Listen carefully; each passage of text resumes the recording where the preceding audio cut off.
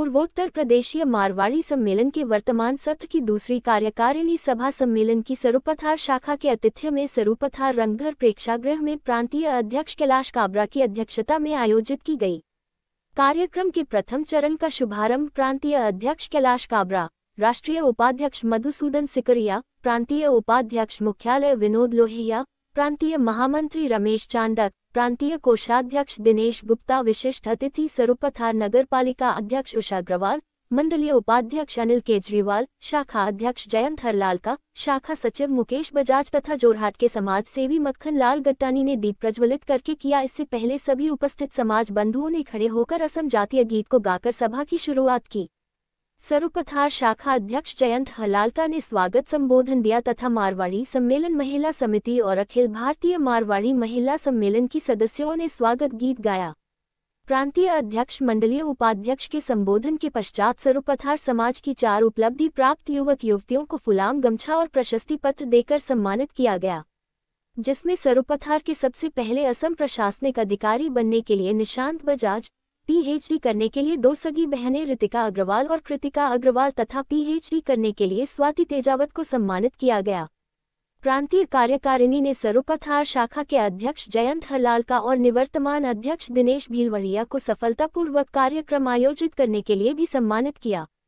इस अवसर पर हाल ही में गठन की गई नई शाखा कोठियातुली, बजरीजोग, जोनाई, सिलोनीजान, बोगीजान, चौकी हुला तथा नुमलागढ़ शाखा को संस्थापक शाखा का प्रमाण पत्र प्रदान किया गया। मंचासीन सभी उपस्थित अतिथियों ने साप्ताहिक सम्मेलन समाचार ई पेपर के 12वें अंक का विमोचन भी किया। इसी दौरान मुख्य अतिथि के रूप में सरूपथार विधानसभा क्षेत्र के विधायक विश्वजीत फुकनह ने मारवाड़ी समाज के इतिहास और मुगल काल से ही असम में मारवाड़ियों का योगदान तथा सरूपथार क्षेत्र के प्राचीन इतिहास के बारे में विस्तृत रूप से बताया। उन्होंने मारवाड़ी को सबसे पुराने असमिया कहकर उनके सामाजिक अवदानों के बारे में बताया। अंत में प्रथम चरण के समापन के लिए शाखा सचिव मुकेश बजाज ने धन्यवाद ज्ञापन दिया। बहुत अत्यंत गौरव और प्रशंसा का विषय है क्योंकि पूर्वोत्तर प्रादेशिक मारवाड़ी सम्मेलन की द्वितीय कार्यकारिणी का बैठक का आयोजन हमारे सरूपथार समझ जिला की धरती में हुआ है। बहुत हाल ही इसे समझ जिला का पद मिला है। तो पहले मैं थोड़ा सा आपको सरूपथार के बारे में याद करा दूं ताकि आप सरूपथार की धरती पे आए हो तो सरूपथार के बारे में जितना कुछ मुझे जानकारी है। तो भारत पटल पे इसे शहीद कुशल कुंवर की भूमि के नाम से जाना जाता है। शहीद कुशल कुंवर 1942 सन में जो महात्मा गांधी का संग्राम था, करो या मरो का जो नारा दिया था, उसमें उन्होंने एक ब्रिटिश सैनिकों की गाड़ी, रेलगाड़ी, जो कि यहाँ पे से 300 मीटर भी दूर नहीं है, रेलवे लाइन का सरूपथार शाखा का गठन किया गया था। और इतने कम समय में एक शाखा द्वारा इतने बृहद रूप से कार्यक्रम का आयोजन करना निश्चित रूप से न केवल शाखा बल्कि सरूपथार के पूरे मारवाड़ी समाज को मैं इसके लिए विशेष रूप से धन्यवाद देना चाहूँगा, जिनमें हमारी बहनें भी हैं। उन सभी को मैं सरूपथार के जो भी यहाँ के समाज के लोग हैं उनको इस सुंदर आयोजन के लिए बधाई देना चाहूँगा। वंदन, अभिनंदन।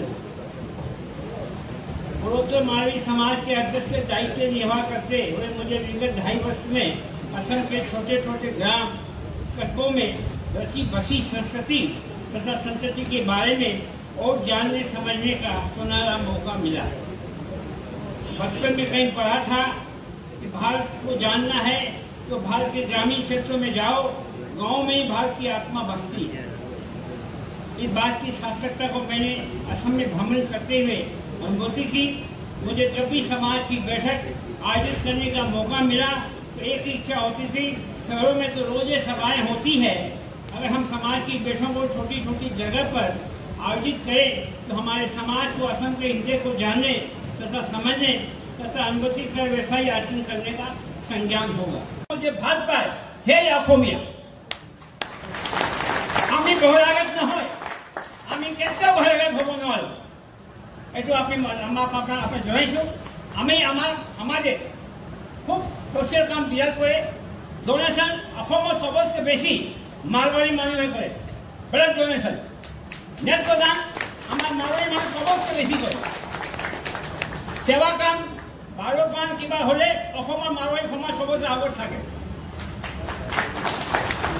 হয় নহয় স্কুল কলেজ বিদ্যালয় আমি সবতকৈ আগত আছিলোঁ তাই আমাৰ ডিব্ৰুগড় আপুনি চাব কাৰণে কল্যাণ কৰে বহুত জেগাত আমাৰ স্কুল আছে মই আপোনাক কি ক'ব বিচাৰোঁ আমি বহিৰাগত নহয় माननीय विधायक महोदय नगरपालिका अध्यक्ष महोदय को साधुवाद करता हूँ आप हमारे मध्य पधारे तथा अपनी गरिमा उपस्थिति से आशीर्वाद से हमारा मार्गदर्शन करेंगे आपके हृदय से आभार धन्यवाद जय हमार आरम्भणीते कওঁ যে কৈলাশ কাব্ৰা ডাঙৰীয়াই কৈছে যে আমি বহুত পুৰণি আচলতে অসমত যেতিয়া আহোমৰ ৰাজত্ব চলিছিল যেতিয়ালৈকে অসম ব্ৰিটিছৰ অধীনলৈ যোৱা নাছিল ব্ৰিটিছৰ অধীনলৈ ইয়াণ্ডাবু সন্ধিৰ জৰিয়তে যোৱাৰ বহু পূৰ্বেই নৱৰংগলাল আগৰৱালা মাৰোৱাৰ প্ৰদেশৰ পৰা অসমলৈ আহিছিল তেওঁ 1807 খ্ৰীষ্টাব্দত জন্মগ্ৰহণ কৰিছিল আৰু তাৰ পাছতে 11 খ্ৰীষ্টাব্দত তেওঁ অসমলৈ আহিছিল আৰু অসমলৈ আহি অসমত যেতিয়া তেওঁ থাকিছিল অসমৰ কেৱল যে ভাষা অসমৰ সমাজ অসমৰ সংস্কৃতি গ্ৰহণ কৰিছিল এনেকুৱা নহয় নৱৰংগলাল আগৰৱালা প্ৰথম অসমীয়া আগৰৱালা উপাধিৰ সাহিত্যিক আছিল এই ঘটনা 200 বছৰো পাৰ হৈ গ'ল আৰু সেই নৱৰংগলাল আগৰৱালাৰ নাতিনীয়েক আছিল চন্দ্ৰকুমাৰ আগৰৱালা আৰু পুত্ৰ আছিল হৰিবিলাস আগৰৱালা এই তিনিজন ব্যক্তিয়ে আছিল যে ক্ৰান্তিকালৰ যি অসমীয়া সমাজ ব্ৰিটিছৰ অধীনলৈ যোৱাৰ পাছত অসমীয়া ভাষা সংস্কৃতিৰ যেতিয়া সংকটৰ সৃষ্টি হৈছিল আপোনালোকে বহুতে জানে বহুতে নাজানে যে অসমীয়া ভাষাক সেই সময়ত 1834 খ্ৰীষ্টাব্দত ব্ৰিটিছে বঙালী ভাষাৰ সৈতে একে ভাষা বুলি কৈ অসমৰ চৰকাৰী ভাষা বঙালী ভাষা হিচাপে প্ৰৱৰ্তন কৰিছে আৰু বঙালী ভাষা হিচাপে প্ৰৱৰ্তন কৰাৰ ফলস্বৰূপে স্কুল কলেজ আমাৰ চৰকাৰী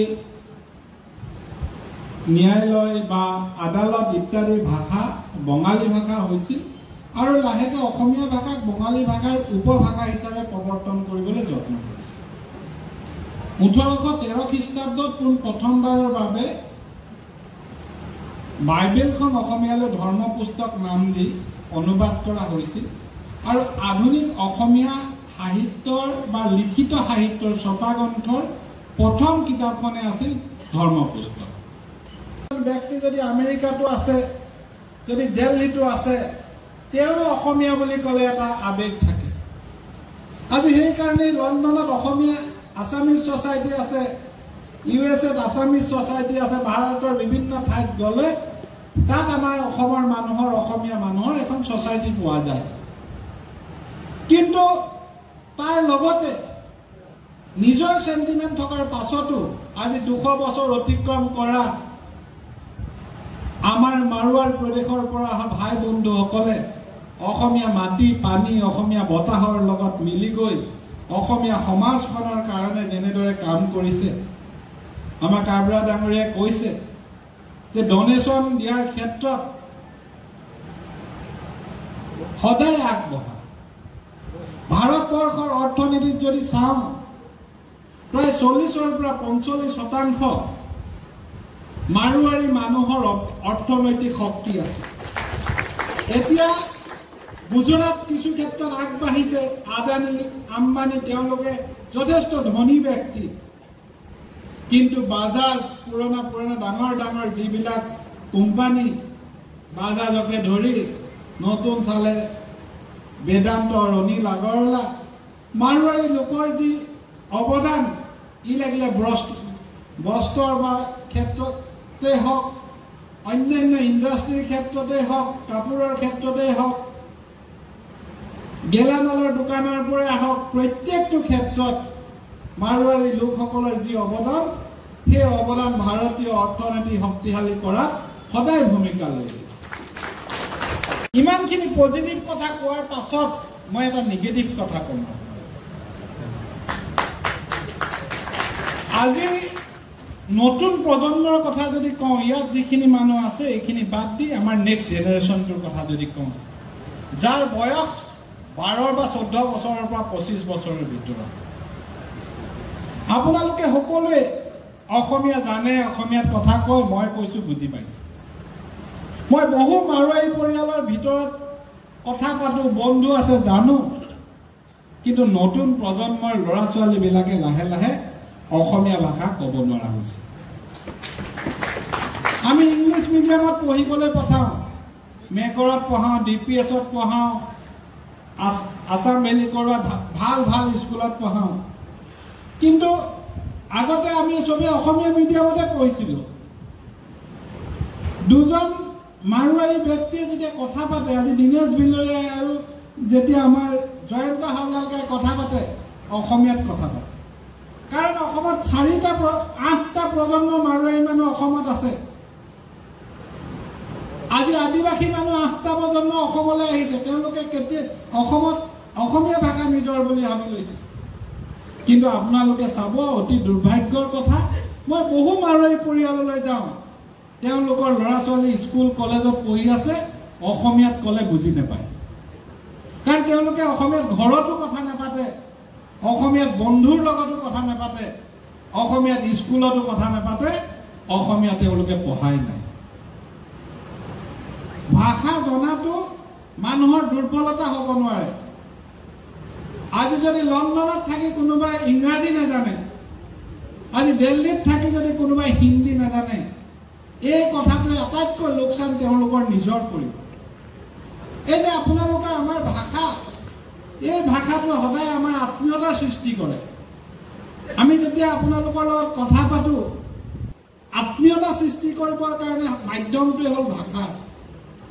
কিন্তু ভাষাটো যদি আমি স্পৰ্শ কৰিব নোৱাৰা হয়, এই ব্যৱস্থাটো আমি অলপ গুৰুত্ব দিব লাগে। আপোনালোকে নিজেও ভাবি চাওক, 18, 17, 16, 20 বছৰ ল'ৰা ছোৱালীবিলাকে নিজৰ মাজত আজিকালি অসমীয়াত কথা নাপাতে। ইয়াত 200 বছৰ আছো বুলি কোৱা দাবীটো তেতিয়াহে গুৰুত্ব বেছি থাকিব, যেতিয়া আমি 200 বছৰ থকা মানুহখিনিয়ে ইয়াৰ ভাষাটোক আমি ক'ব জানিম।